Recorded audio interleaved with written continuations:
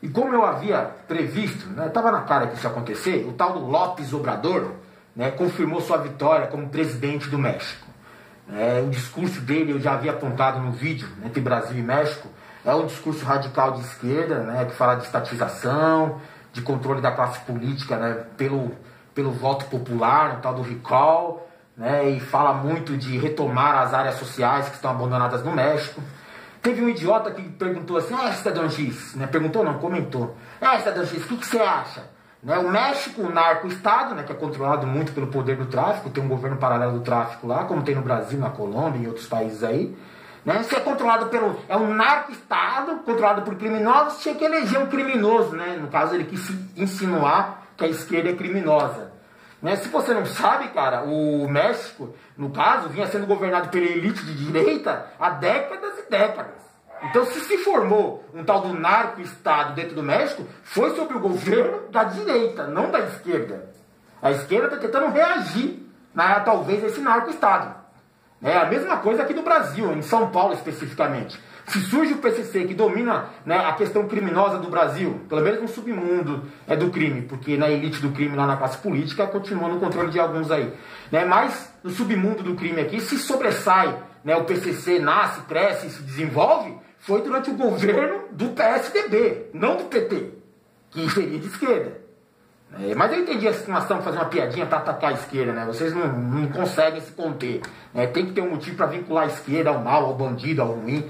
Né? Mas o cara tá lá. Né? E o problema é que quando você coloca um presidente de esquerda no poder, você está ameaçando os planos da nova ordem mundial.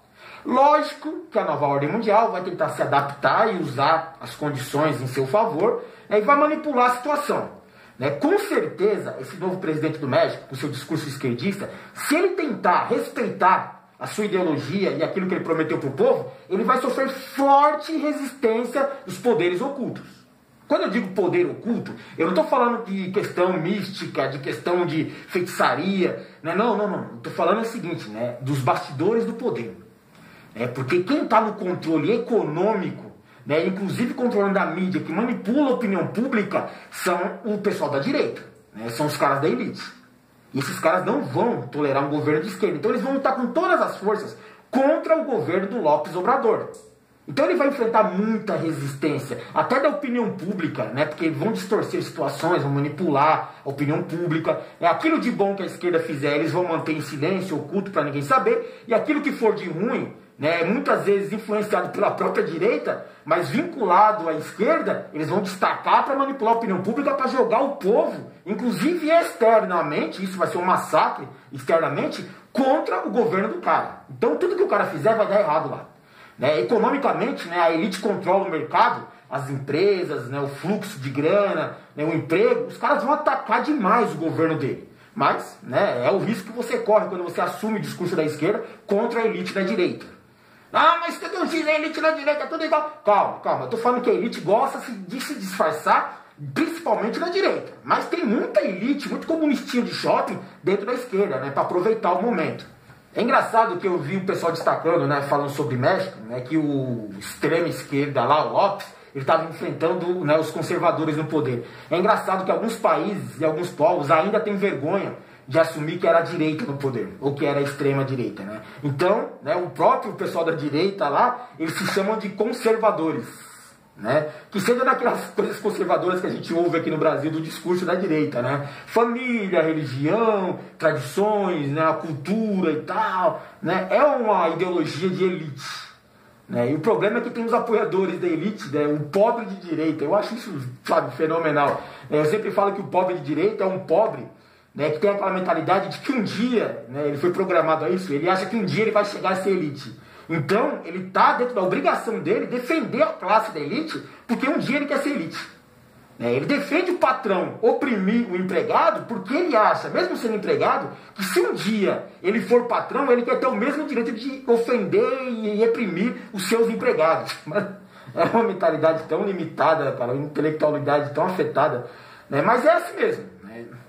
Mas enquanto lá o pessoal se chama de conservador para não assumir a posição de direita, que é feio falar isso, né, aqui no Brasil o pessoal tem orgulho de falar que é direita. Pior ainda, tem orgulho de falar que é extrema direita. Outro dia eu vi um cara falando que assim, tem orgulho de ser considerado fascista. Se ser fascista é ser conservador, de família, tradição, aqueles códigos éticos e morais deles que são tudo hipócritas e falsos.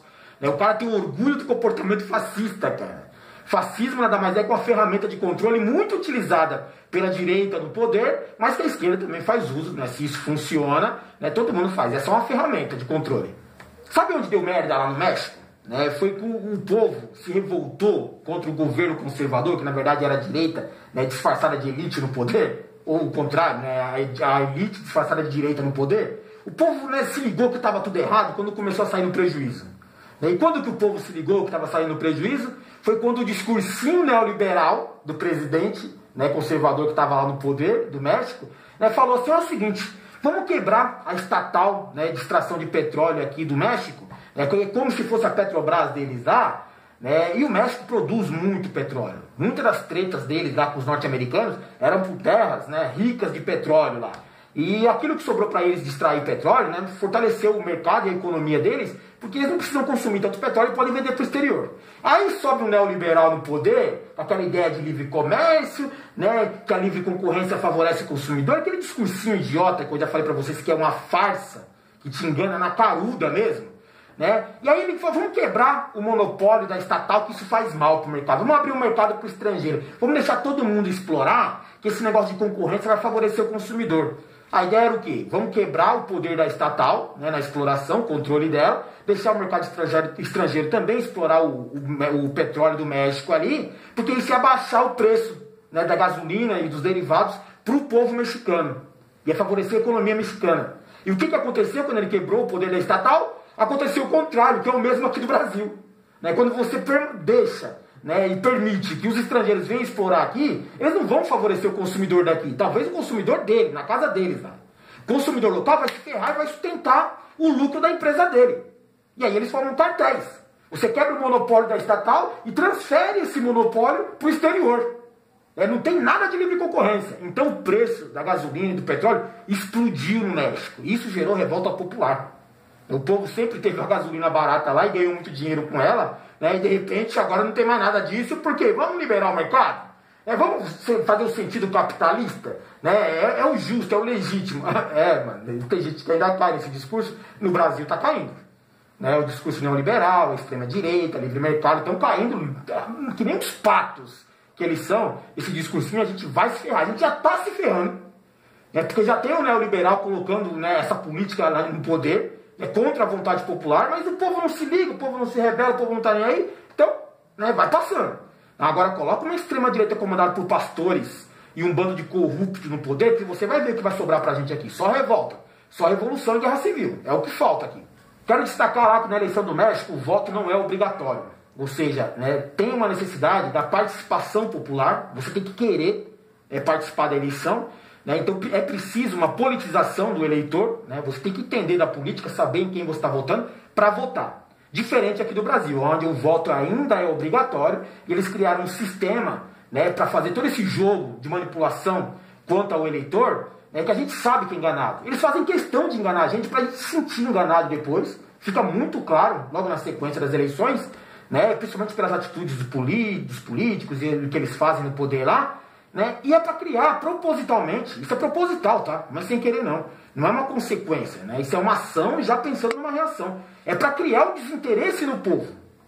Então tem o voto obrigatório, mas tem um desinteresse político do povo.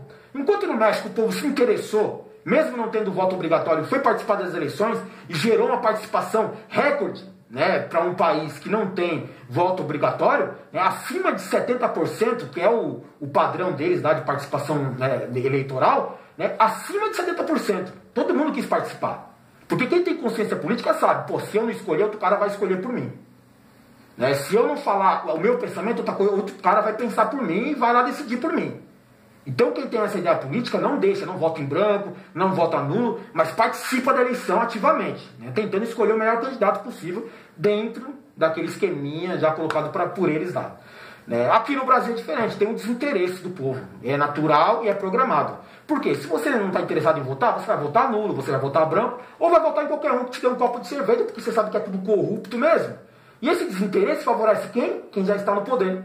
Né? E favorece também aqueles que compram aqueles militantes, que esses votam, né? Esses aí não deixam de votar, porque são programados a isso, e acabam colocando no poder os caras deles. Entende isso? Tem um exército de pessoas prontas para decidir por você. Prontas para escolher por você. Se você não participar, se você não se politizar, os caras vão fazer isso por você e você não vai ter que reclamar depois. Porque você não quis quando teve oportunidade. E as perspectivas brasileiras aqui vai ser a de menor participação da história democrática do Brasil, né, com um modelo de voto obrigatório. Né? Muita gente não vai votar dessa vez, porque não vê opção, porque está desinteressada, porque está desgostosa com política, está sem esperança, então dane-se isso daí. E isso é importante para os caras, para manter mais um pouquinho de poder na mão deles. Isso só vai mudar aqui no Brasil, né, quando tiver uma politização maior, né, mas se o povo tiver uma politização maior, uma participação melhor, né, dentro do poder popular, a gente vai fazer uma revolução aqui e não vai ter jeito. Assim como não existe a possibilidade de você alterar e de mudar o que está funcionando aí. É só uma revolução e o poder popular legítimo comandando o país. Né, e é por tudo isso, galera, que eu falei agora, que eu acho que o México venceu o Brasil, né, seja no campo político, eleitoral, ideológico. Pode ter perdido em campo, né, mas isso não faz tanta diferença para os caras assim. Né, o futebol tem um papel importante na alienação local ali, assim como tem aqui no Brasil. Mas eles superam isso, né, porque estão muito preocupados hoje com a miséria, né, algumas alterações, né, nos status sociais deles lá, né, tem alguma esperança. Né. É o seguinte, né, o México deixou na mão da elite, né, durante muito tempo e virou uma zona. Agora está retomando, né, com a participação do povo através de uma esquerda legítima no poder. Vamos ver se ele consegue manter, né, o padrão de esquerda lá, né, porque ele vai ser atacado de todas as formas. E no Brasil a gente está fazendo o contrário. A gente está querendo, né, permanecer com os conservadores, mas dessa vez, né, a elite que nem se disfarça mais de direita, né, ela é direita, assume essa posição de elite de direita, né, e eles querem assumir o poder para colocar a mesma política que faliu vários outros países, a gente está querendo fortalecer aqui no Brasil, porque ela já está em prática aqui no Brasil, depois do impeachment, né, e eles estão querendo fortalecer e manter essa situação aqui. Vamos que vamos, né, cara? Vamos que vamos. Falei pra caramba aí, era o vídeo para ser 5 minutos e nunca faz 5 minutos. Aqui é o Cidadão X, valeu.